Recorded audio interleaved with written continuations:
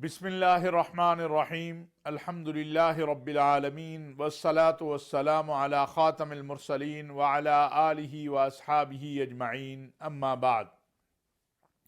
ناظرین و سامعین السلام علیکم ورحمۃ اللہ وبرکاتہ۔ اللہ رب العزت سے دعا ہے کہ رب تعالی ہمیں رمضان المبارک کی مقدس راتوں، ایام، ساعتوں تک پہنچا دے اور ہمیں شعبان المعظم میں برکتیں، عزتیں، عظمتیں اور راحتیں عطا فرمائے۔ ہمیں توفیق دے کہ ہم رمضان المبارک کے لیے تیاری کریں اور ہر اعتبار سے ہمارا شعبان المعظم عظمتوں والا ہو، ہماری نمازیں، ہمارے ذکر اذکار، قرآن کریم کی تلاوت، اس میں کوئی کمی نہ آئے۔ یاد رکھیے شعبان المعظم جو ہے یہ رسول اللہ صلی اللہ علیہ وسلم کا مہینہ ہے۔ اللہ کے نبی صلی اللہ علیہ وسلم نے اسے اپنا مہینہ قرار دیا ہے، لہٰذا شعبان المعظم میں زیادہ سے زیادہ درود شریف کی کثرت کرنی چاہیے۔ اللہم صلی علی محمد وعلی آل محمد کما صلیت علی ابراہیم وعلی آل ابراہیم انک حمید مجید۔ اللہم بارک علی محمد وعلی آل محمد کما بارکت علی ابراہیم وعلی آل ابراہیم انک حمید مجید۔ اسی طرح شعبان المعظم میں نمازیں جو ہیں وہ کوشش کرنی چاہیے مسجد میں جا کر باجماعت ادا کریں، نمازوں میں کوتاہی نہ کریں، تلاوت قرآن کریم کریں، تاکہ پھر رمضان المبارک میں یہ جو ہماری ایک روٹین بنی ہوگی اس میں ہمیں مشکل کوئی نہیں ہوگی۔ مقصد یہی ہے شعبان المعظم میں عبادات کرنے کا کہ رمضان کی عبادات کے لیے انسان اپنے آپ کو تیار کر لے۔ رسول اللہ صلی اللہ علیہ وسلم نے پورے سال میں رمضان کے بعد اگر کسی مہینے میں سب سے زیادہ روزے رکھے ہیں تو وہ شعبان المعظم کا مہینہ ہے۔ تو ہمیں بھی کوشش کرنی چاہیے، اور رسول اللہ صلی اللہ علیہ وسلم کے فرامین میں سے یہ بھی ہے، روایات میں آتا ہے کہ جب آقا علیہ السلام سے اس حوالے سے عرض کی گئی کہ آپ اس مہینے میں روزے رکھتے ہیں بہت زیادہ، تو آپ نے فرمایا کہ اس مہینے میں اللہ کے دربار میں انسان کے اعمال کو پیش کیا جاتا ہے، تو میں چاہتا ہوں کہ جب میرے اعمال اللہ کے پاس جائیں تو اس وقت میں روزے سے ہوں۔ اس میں شب برات جسے ہم کہتے ہیں وہ بھی ہے، جو 14 اور 15 کی رات جو ہے وہ شعبان المعظم کی رات ہے۔ یہ رات بھی بڑی عظمت والی رات ہے، اس رات میں بھی بھرپور عبادات ہونی چاہیے۔ انشاءاللہ اس کے اوپر ہم آگے بات کریں گے۔ سب سے پہلے تو یہ ہے کہ شعبان المعظم کے اس مہینے کے اندر ہمیں اپنا وقت جو ہے اس کو قیمتی بنانا چاہیے، رسول اللہ صلی اللہ علیہ وسلم پر کثرت سے درود شریف پڑھنا چاہیے، قرآن کریم کی تلاوت کرنی چاہیے، اور روزہ جو ہے کوشش کرنی چاہیے کہ روزے رکھ لیں، اور اسی طرح صدقہ خیرات جو ہے، اور اپنے بہن بھائیوں کی مدد جو ہے، اپنے رشتہ داروں، دیکھیے قرآن کہتا ہے وَآتِ ذَا الْقُرْبَى حَقًّا، سب سے پہلے قریبی رشتہ دار جو ہیں۔ آج جو حالات ہیں، جو ہم پریشان ہیں، جو مصائب ہیں، اس کے اندر انسان دیکھے کہ میرے رشتہ داروں میں کون لوگ ہیں جن کی میں مدد کر سکتا ہوں، میرے پڑوسیوں میں کون لوگ ہیں، میرے ملازموں میں کون لوگ ہیں، اور ان کی بھرپور مدد کرنی چاہیے جتنی اللہ تعالیٰ نے استطاعت دی ہو اس کے مطابق۔ والمسکین، مسکین، یتیم اپنے علاقے میں، محلے میں دیکھیں گے کون ہیں اپنے رشتہ داروں میں جن کو آپ کی مدد کی ضرورت ہے تو ان کی مدد کی جائے۔ اور پھر مسافر ہیں اور قیدی ہیں، جس طرح رمضان المبارک میں ہم دیکھتے ہیں، ہمارے ہاں بھی ہوتا ہے لیکن عالم عرب میں ہم یہ دیکھتے ہیں کہ قیدیوں کی رہائی کے لیے بہت زیادہ اہتمام ہوتا ہے، ان کے جرمانے ادا کر دیے جاتے ہیں، اور اس طرح تو اس طرف بھی ہمیں خیال کرنا چاہیے۔ اور اسی طرح جو مدارس ہیں یا ہسپتال ہیں، جہاں وہ پیسہ جو جس مد میں ہے، زکوٰۃ کا ہے تو زکوٰۃ کی مد میں خرچ ہو، صدقات کا ہے تو صدقات کی مد میں خرچ ہو، اس طرف بھی جو ہے وہ ہمیں توجہ کرنی چاہیے۔ اور میں تاجروں سے بالخصوص یہ کہنا چاہتا ہوں، بزنس مینوں سے بالخصوص یہ کہنا چاہتا ہوں، جو خوراک کی یعنی جو اناج کا کام کرتے ہیں، چینی کا، آٹے کا، دالوں کا، دودھ کا، کہ رمضان المبارک آ رہا ہے، بڑا عزتوں والا عظمتوں والا مہینہ آ رہا ہے، شعبان المعظم بڑا برکتوں والا مہینہ ہے، تو آپ اپنا تھوڑا منافع کم کر لیں اور لوگوں کی خوب مدد کریں، لوگوں کے لیے آسانیاں پیدا کریں، مشکلات پیدا نہ کریں، لوگوں کو راحتیں دیں، لوگوں کو آسانیاں دیں۔ یہی میری آپ سے تاجر حضرات سے گزارش ہے، اور مجھے امید ہے کہ انشاءاللہ ان جو ہے مبارک مہینوں میں ہمارے مسلمان تاجر بھائی جو ہیں وہ اس بات کا خیال کریں گے۔ میں آپ کو بتاؤں کہ میں ایک مرتبہ آسٹریا گیا، ویانا، وہاں مجھے بتایا گیا، ہم ایک دکان میں گئے تو انہوں نے کہا یہ وہ چیزیں ہیں جو رمضان میں استعمال ہوتی ہیں، اور ان کی قیمت 50% ڈسکاؤنٹ تھی، یعنی 50% ڈسکاؤنٹ پر لگائی ہوئی تھی، کہ یہ رمضان کے لیے چیزیں استعمال ہوتی ہیں، جو چینی ہے، دودھ ہے، شربت ہے، کھجور ہے۔ اور انہوں نے کہا، اور میں دیکھ رہا تھا کہ مسلمان بھی وہ جو رمضان کے لیے چیزیں، یعنی ابھی رمضان میں 2-4 دن تھے، 2-3 دن میرا خیال ہے کچھ وقت تھا، اب مجھے ایگزیکٹ ایام یاد نہیں ہے، تو وہ بھی ہم نے بھی کچھ چیزیں لی، تو جو ہمارا میزبان تھا، ساتھی تھا، اس نے کہا کہ سر ہم ادھر سے خریدیں گے، ادھر سے نہیں خریدیں گے، اس لیے کہ یہ صرف رمضان کی خریداری ہے اور ہم نے تو آج استعمال کرنی ہے، تو لہذا ہم نے پورے پیسے دے کے وہ چیزیں خریدی۔ تو اللہ کرے یہ ایمانداری تو ہمیں اسلام نے سکھائی ہے، لیکن ہم اس پر عمل کرنے والے بھی بن جائیں، اور اللہ کرے کہ ہم اس طرف جو ہے وہ آگے بڑھیں۔ ناظرین، آج مجھے، آپ نے دیکھا ہوگا کہ کل وزیر اعظم پاکستان میاں شہباز شریف صاحب نے اپنی کابینہ کے حوالے سے اور اپنی حکومت کے حوالے سے ایک کفایت شعاری مہم کا اعلان کیا۔ تقریباً انہوں نے بتایا کہ اس سے 200 ارب روپے کی بچت جو ہے وہ سالانہ ہوگی۔ گاڑیاں ہمارے وزراء جو ہیں اس میں اپنا خود تیل ڈالیں گے، اپنے بل خود ادا کریں گے، اس طرح کی چیزیں، سفر اکانومی میں کریں گے۔ یہ ایک بہت مستحسن قدم ہے، میرا خیال ہے 75 سالہ پاکستان کی تاریخ میں یہ اس طرح کا کسی نے کوئی قدم نہیں اٹھایا، یہ پہلی بار ہے۔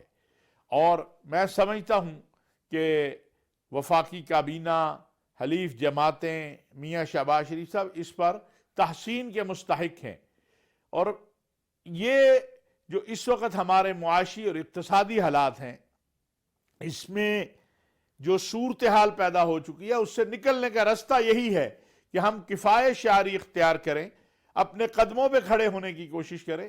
یہ سچ بات ہے کہ آج ہم یہاں پر کھڑے ہیں، یہ اغیار سے زیادہ ہمارا اپنا قصور ہے۔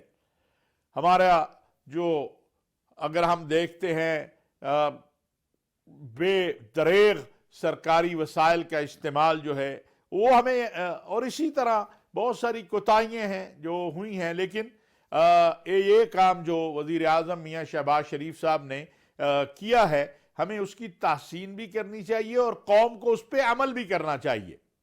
خالی یہ نہیں ہے کہ ہم کہیں بہت اچھا ہے، مثلا ایک گھر کے اندر 5 بلب جلتے ہیں، اگر ہم ان کی جگہ 3 جلائیں گے تو تب بھی روشنی آئے گی، اور اگر 2 سے کام چلتا ہے تو 2 جلائیں، انرجی کو محفوظ کریں۔ ہم پچھلے دنوں انڈونیشیا گئے تھے تو وہاں پتہ چلا شام مغرب سے پہلے بازار بند ہو جاتے ہیں، لیکن یہاں تو کئی بار یہ بات ہوئی ہے، لیکن حوصلہ نہیں پڑتا، ہمارے تاجر نہیں مانتے۔ گیس ہے، آپ کی بجلی ہے، پٹرول، یہ ہمارے ہاں پیدا نہیں ہوتا، باہر سے لیتے ہیں، تو وہی ہمارے جو ڈالر باہر جاتے ہیں۔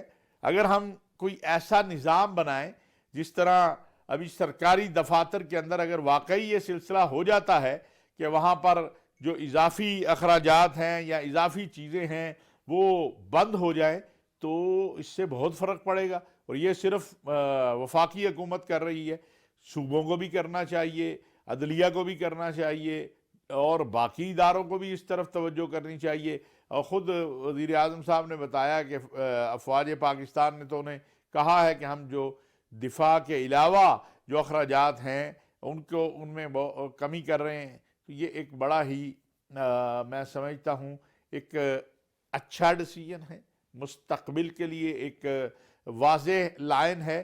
اللہ کرے کہ اس کے اوپر ہم مکمل عمل کر سکیں اور بحیثیت قوم ہم کوشش کریں کہ ہم نے اس کو آگے لے کر جو ہے وہ بڑھنا ہے، اور ہم نے ساری قوم نے اس کو اپنانا ہے، تو انشاءاللہ ہم ان بحرانوں سے باہر نکل آئیں گے۔ یہ بحران جو ہیں وہ آتے ہیں قوموں پہ، مشکلات آتی ہیں۔ آئی ایم ایف کا معاہدہ جو گزشتہ دور حکومت میں ہوا اس کو نبھانا پڑ رہا ہے۔ عالمی معاہدے تو چینج نہیں ہوتے ہیں، اور اس میں پھر بہت ساری مشکلات ہیں، جیسا کہ وزیر اعظم صاحب نے بتایا بھی کہ مزید مشکلات بھی آ سکتی ہیں، مزید مہنگائی ہو سکتی ہے۔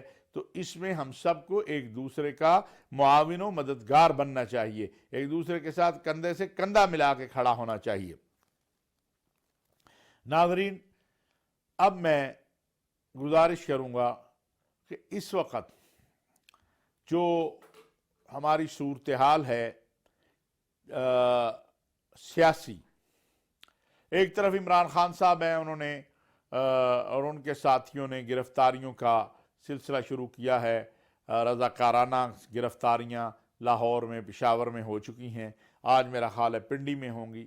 لیکن یہ میں نے پہلے بھی عرض کیا تھا کہ اس سے کوئی خاطر خواہ آپ کو فائدہ نہیں ہونے والا، بلکہ اس سے آپ اپنے کارکنوں کو، اپنے ساتھیوں کو امتحان میں مزید ڈالتے ہیں، ان کی انرجی ضائع کرتے ہیں۔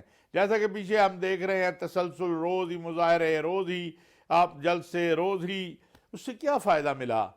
اس کی بجائے ٹیبل پر بیٹھنا چاہیے، مذاکرات کرنے چاہیے، بات چیت سے مسائل کو حل کرنا چاہیے۔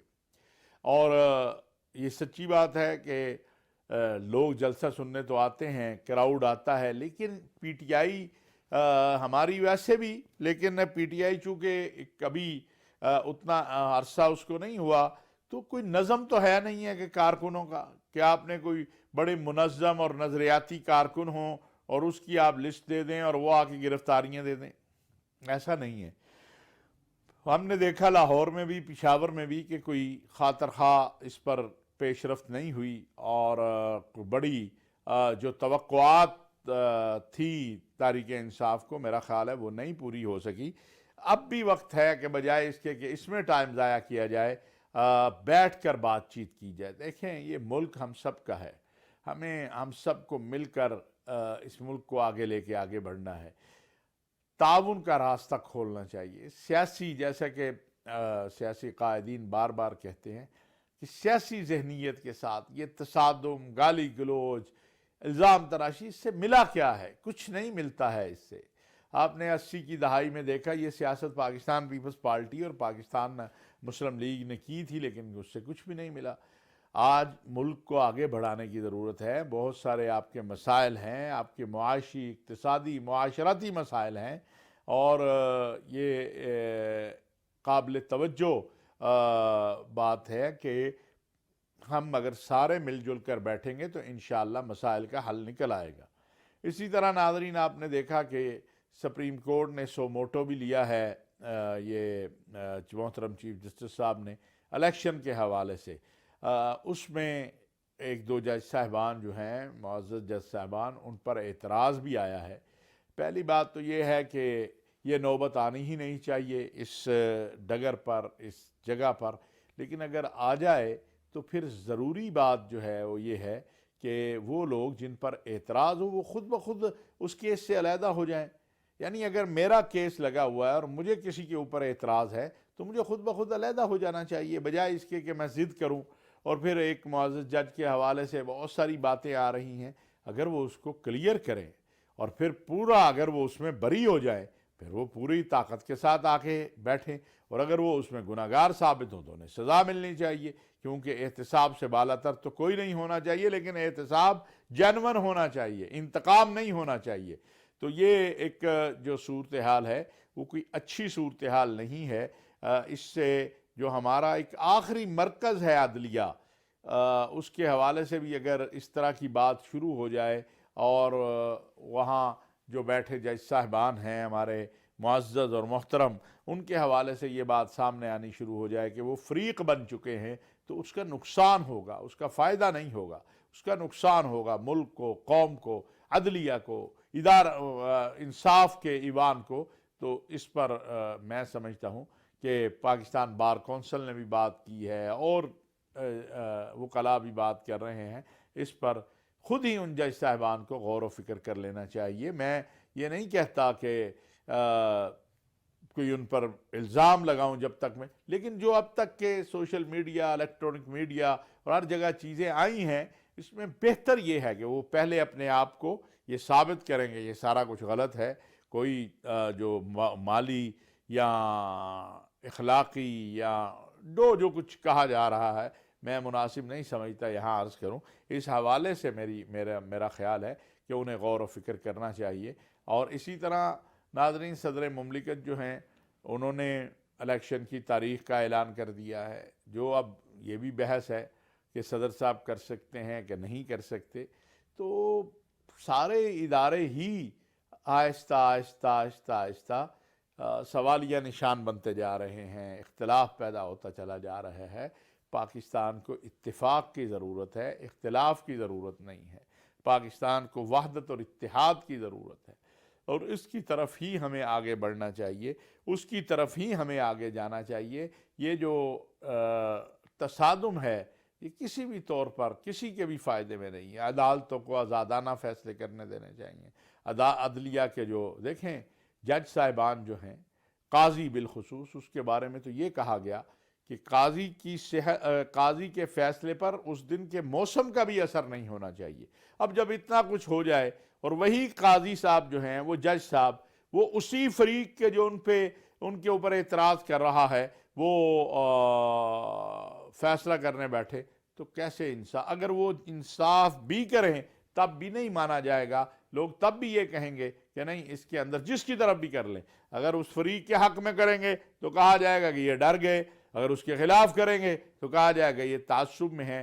تو میرا خیال ہے کہ اس طرف توجہ کرنی چاہیے۔ محترم چیف جسٹس صاحب کو بھی اس طرف خیال کرنا چاہیے اور دیکھنا چاہیے کہ ایک جو آخری انصاف کا دروازہ ہے، اس پر سوالیہ نشان کسی صورت پیدا نہیں ہونا چاہیے۔ یہی جو ہے وہ میری گزارش بھی ہے، التجا بھی ہے، اور اس کے ساتھ ساتھ میری گزارش ہے کہ ہمیں دعا بھی کرنی چاہیے۔ یہ بڑا مقدس مہینہ ہے، مقدس لمحات ہیں۔ ہمیں اپنے وطن کے لیے، اپنی قوم کے لیے، امت کے لیے، انسانیت کے لیے، اور بالخصوص جو ہمارے زلزلہ زدگان ترکی میں، شام میں، ان کے لیے جو ہے وہ ہمیں دعا کرنی چاہیے۔ ناظرین، ہمارا برادر ملک ہے کویت کا قومی دن تھا آج سے 2 دن پہلے۔ کویت کے جو پاکستان میں سفیر ہیں، انہوں نے ایک بہت پروقار تقریب کا اہتمام کیا اسلام آباد میں، جس میں وفاقی وزیر غلام دستگیر صاحب کے صاحبزادے جو خرم دستگیر صاحب ہیں، جو وفاقی وزیر ہیں، وہ تمام سفراء شریک ہوئے۔ اور میں سمجھتا ہوں کہ پاکستان اور کویت کے جو تعلقات ہیں، وہ 2 بھائیوں کے تعلقات ہیں، بہت مضبوط ہمارے مراسم ہیں۔ بہت سارے پاکستانی ہزاروں کی تعداد میں کویت میں ہیں، اور کویت نے ہمیشہ پاکستان کے ساتھ تعاون کیا ہے، پاکستان نے کویت کے ساتھ تعاون کیا ہے۔ ہمیں ان تعلقات کو مزید مضبوط بنانا ہے، اور یہ جو اسلام آباد میں تقریب ہوئی، یہ بڑی پروقار تقریب تھی، اور اس کے اندر تمام اسلامی ممالک، دوسرے ممالک کے سفراء، پاکستان کے تمام طبقات کے لوگوں نے اس میں نمائندگی کی۔ اللہ تبارک و تعالیٰ سے دعا ہے کہ اللہ تعالیٰ ہم سب کے لیے آسانیاں پیدا فرمائے، عزت عظمت پیدا فرمائے، ہمارے گناہوں کو معاف فرمائے۔ وما علینا الا البلاغ۔